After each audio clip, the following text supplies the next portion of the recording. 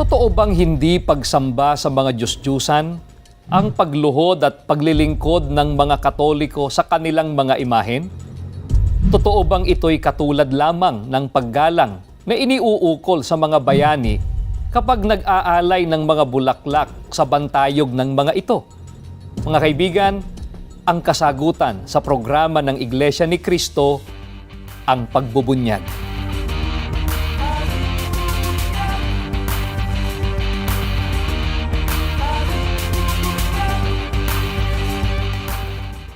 Mga giliw po naming mga taga-subaybay, welcome pong muli sa palatuntunan ito ng Iglesia ni Cristo, ang pagbubunyag.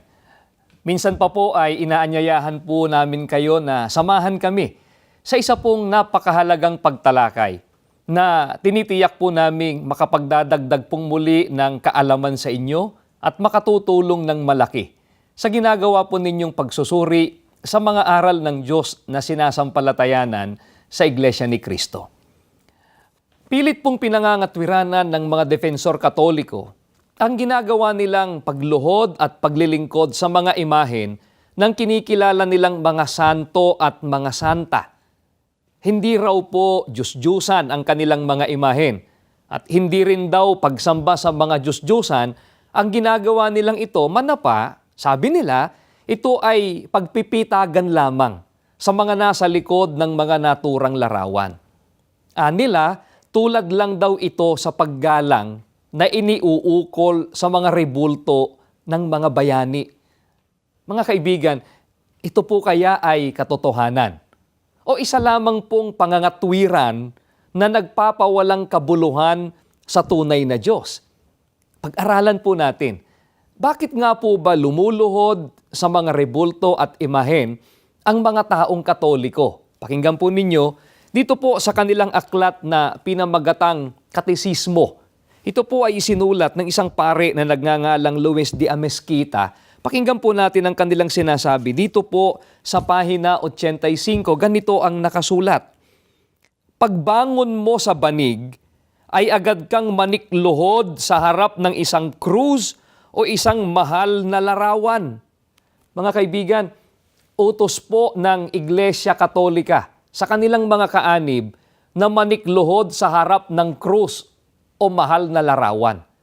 Ito po bang utos na ito ng Iglesia Katolika Romana ay sang-ayon po sa mga aral ng ating Panginoong Diyos na nakasulat dito sa mga banal na kasulatan?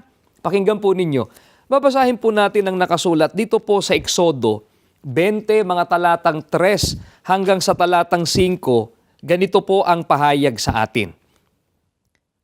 Huwag kayong magkakaroon ng ibang Diyos maliban sa akin. Huwag kayong magkakaroon ng Diyos-Diyusan o kaya'y larawan o rebulto ng anumang nilalang na nasa himpapawid, nasa lupa o nasa tubig. Huwag kayong yuyukod o maglilingkod sa alinman sa mga Diyos-Diyusang iyan, sapagkat akong si Yahweh ay mapanibughuin. Parurusahan ko ang lahat ng aayaw sa akin, pati ang kanilang mga anak hanggang sa ika-4 na salin lahi. Mga kaibigan, tuwirang pagsalangsang po o paglabag sa utos ng ating Panginoong Diyos ang aral ng Iglesia Katolika na manikluhod sa harap ng isang larawan. Ano po ba ang nagagawa ng sumasalangsang o lumalabag sa utos ng ating Panginoong Diyos? Kabanalan po ba? Pakinggan po ninyo, babasahin po namin ang nakasulat dito po sa unang Juan sa 3:4. Ganito po ang pahayag sa atin ng Biblia. Ang sino mang gumagawa ng kasalanan ay sumasalangsang din naman sa kautusan, at ang kasalanan ay ang pagsalangsang sa kautusan. Mga kaibigan, hindi po kabanalan ang nagagawa ng sumasalangsang sa kautusan, kundi kasalanan sa Diyos.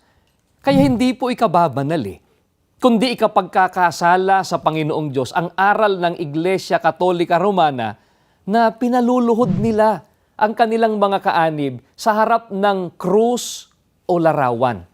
Paano po ang iminamatwid ng mga defensor Katoliko na ang pagbabawal ng Diyos ay tungkol sa pagsamba sa mga rebulto? Hindi raw naman nila sinasamba ang mga rebulto o larawan kapag lumuluhod sila sa harap ng mga ito. Ayon po sa kanila, mga kaibigan, paggalang lamang daw yon. Gaya daw yon ng paggalang na iniuukol sa mga bayani kapag ka nag-aalay ng mga bulaklak sa mga rebulto o bantayog nila. Mga kaibigan, simpleng tanong lang po, mga giliw po naming mga kababayan. Kailan po ba niluhuran at dinasalan ang mga rebulto o bantayog ng mga bayani? Opo, inaalayan po ng bulaklak, minsan po ay sinasaluduhan pa. Pero kailanman po ay hindi po niluluhuran ang mga bantayog ng mga bayani. Sa Iglesia Katolika Romana po, bakit po ba ipinag-utos na lumuhod sa harap ng krus o larawan ng kinikilala nilang mga santo at mga santa? Pakinggan po ninyo. Sa aklat nilang pinamagatang Catechism of Christian Doctrine, number 3, sa pahina 87 ay ganito po ang ating mababasa. Ang pagsambaba sa mga santo ay ukol lamang sa kanilang katauhan? Hindi. Sumasaklaw din ito sa kanilang mga relikya at mga larawan. Mga giliw po naming mga taga-subaybay, isa pong malaking kasinungalingan ang pagmamatwid ng ilang depensor katoliko na paggalang lamang sa may larawan ang ginagawa nilang pagluhod sa mga rebulto at imahen. Maliwanag na maliwanag po ang turo ng Iglesia Katolika. Sinasamba nila hindi lamang po ang katauhan ng kanilang mga santo, kundi maging ang tinatawag nilang mga relikya at mga larawan ng mga ito. Ang isa pa pong iminamatwid ng mga depensor katoliko ukol sa ginagawa nilang pagsamba sa mga larawan ay ang pagpapagawa ng Panginoong Diyos sa panahon ni Moises ng larawan ng kerubin at ahas. Mga kaibigan, tama po bang pagbatayan ito para gumawa ng mga larawang yuyukuran at paglilingkuran? Yun po bang mga larawang nabanggit ay ipinagawa ng ating Panginoong Diyos kay Moises para luhuran o sambahin gaya po ng ginawa ng Iglesia Katolika Romana sa kanilang mga imahen at rebulto? Liwanagin po natin yan. Ganito po ang mababasa natin dito po sa Exodo 25 sa talatang 18. Ganito po ang pahayag sa atin ng banal na kasulatan. At gagawa ka ng 2 kerubing ginto na yari sa pamukpok iyong gagawin sa 2 dulo ng luklukan ng awa. Mga giliw po naming mga taga-subaybay, nang ipagawa po ng ating Panginoong Diyos kay Moises, ang 2 kerubing ginto, wala po siyang iniutos na luhuran o sambahin ang mga ito. Maging nang ipag-utos po ng ating Panginoong Diyos ang paggawa ng tansong ahas naman, wala rin pong utos na luhuran o sambahin ito. Ganito po ang mababasa natin dito po sa Aklat ng Mga Bilang sa 21 sa talatang 8. Pakinggan po natin. At sinabi ng Panginoon kay Moises, gumawa ka ng isang mabagsik na ahas at ipatong mo sa isang tikin at mangyayari na bawat taong makagat ay mabubuhay pag tumingin doon.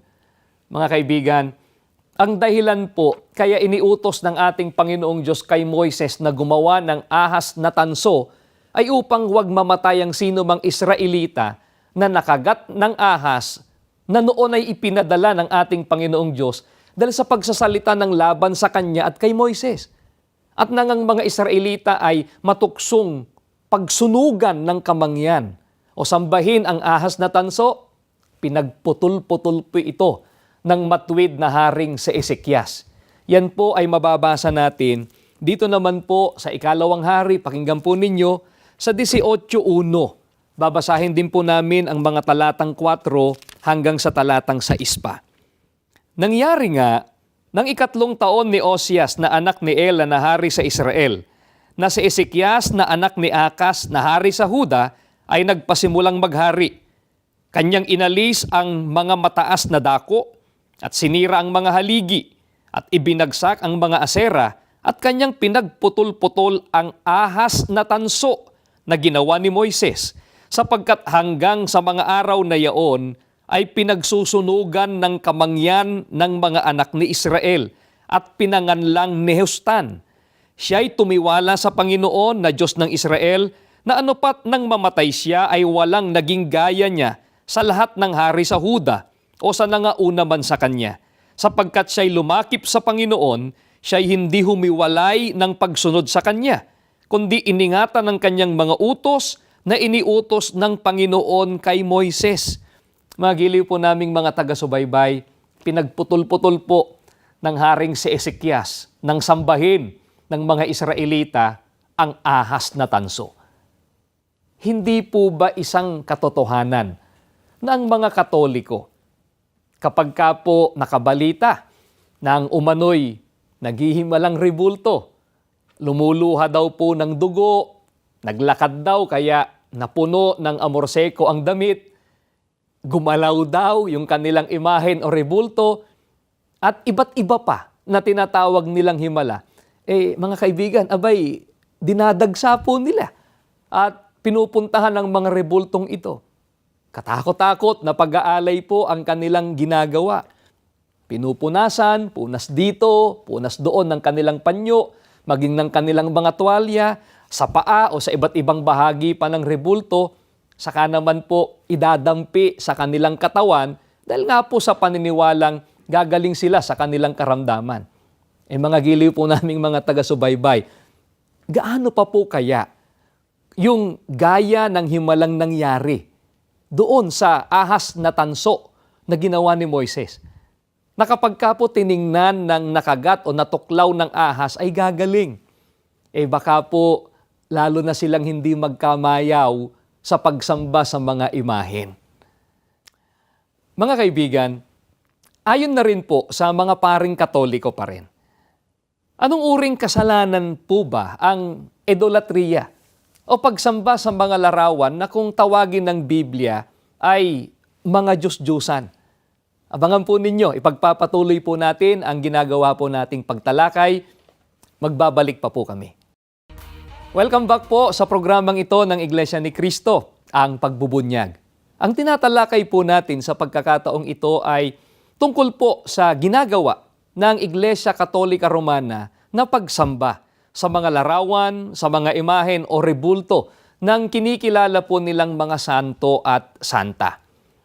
Pilit pong pinangangatwiranan ng mga defensor Katoliko na hindi raw Diyos-Diyusan ang kanilang mga imahen at hindi rin daw po pagsamba sa mga Diyos-Diyusan ang ginagawa nilang ito. Manapa, ayon sa kanila, ay pagpipitagan lamang sa mga nasa likod ng mga naturang larawan. Ang sinasabi po nila, mga giliw po naming mga taga-subaybay, ay taliwas sa ginagawa nila. Alam din po kasi ng Iglesia Katolika Romana kung gaano kasama ang pagsamba sa mga larawan. Ang tawag po dito ay idolatria.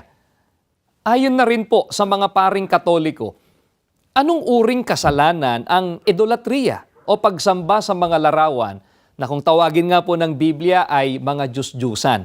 Ang babasahin po namin ay isang aklat Katoliko po. Ang pabagat, Pasyong Henesis. Dito po sa pahina 16, ganito po ang kanilang sinasabi. Lalong dakila ang sala ng tanang anak ni Eva. Anakin ang idolatria na anumay sinasamba, pinaparang Diyos nila. Mga kaibigan, mismong pasyon po ng Iglesia Katolika Romana ang nagsasabing lalong dakilang sala o napakalaking kasalanan ang idolatria o pagsamba sa mga rebulto o Diyos-Diyusan. Ang nakakalungkot po, sa kasalanang ito dinadala ng Iglesia Katolika ang maraming mga tao, ang kanilang mga kaanib. Kaya ano po ang nahayag mula sa langit? Dahil po sa ginawang pagsamba ng mga tao sa mga rebulto o sa mga larawan. Mga kaibigan, pakinggan po ninyo, babasahin po namin ang pahayag ni Apostol Pablo. Dito po sa Roma, sa 1:18, ganito po ang kanyang sinasabi. Sapagkat ang puot ng Diyos ay nahahayag mula sa langit laban sa lahat na kasamaan at kalikuan ng mga tao na mga sinasawata ang katotohanan ng kalikuan. Mga kaibigan, ang puot po ng Panginoong Diyos ang nahayag dahil po sa kasamaang ginagawa ng tao. At ang isa po sa mga kasamaang ito ay ang pagsamba sa mga larawan. Gaya po ng mababasa natin sa mga talatang 25 at 23. Ganito po ang maliwanag na nakasulat. Sapagkat pinalitan nila ang katotohanan ng Diyos ng kasinungalingan at sila'y nagsisamba at nangaglingkod sa nilalang kaysa lumalang na siyang pinupuri magpakailanman. Siya nawa. At pinalitan nila ang kaluwalhatian ng Diyos na hindi nasisira ng isang katulad ng larawan ng tao na nasisira at ng mga ibon at ng mga hayop na may 4 na paa at ng mga nagsisigapang. Mga kaibigan, hindi po ba't ang ganitong uri ng mga imahen ang binabanggit o inilalarawan ni Apostol Pablo ay makikita natin sa loob ng mga simbahan ng Iglesia Katolika Romana? Naroon po ang larawan ng kung sino-sinong tao. Ang iba po ay may kasamang hayop o ibon. Gaya nga po ng tinatawag po nilang imahen ni San Francisco de Assisi na ang kasama po ay mga kalapati. Ang tinatawag naman po nilang San Roque nila, aso po ang kasama. At ang tinatawag nilang San Isidro Labrador, ang kasama naman po ay kalabaw o di kaya ay baka. Mga hayop na may 4 na paa. Hindi lang po yun.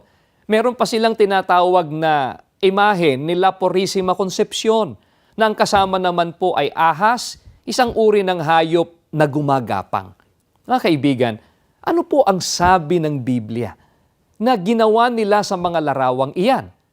Ipinalit-anya nila ang mga yan sa kaluwalhatian ng Diyos.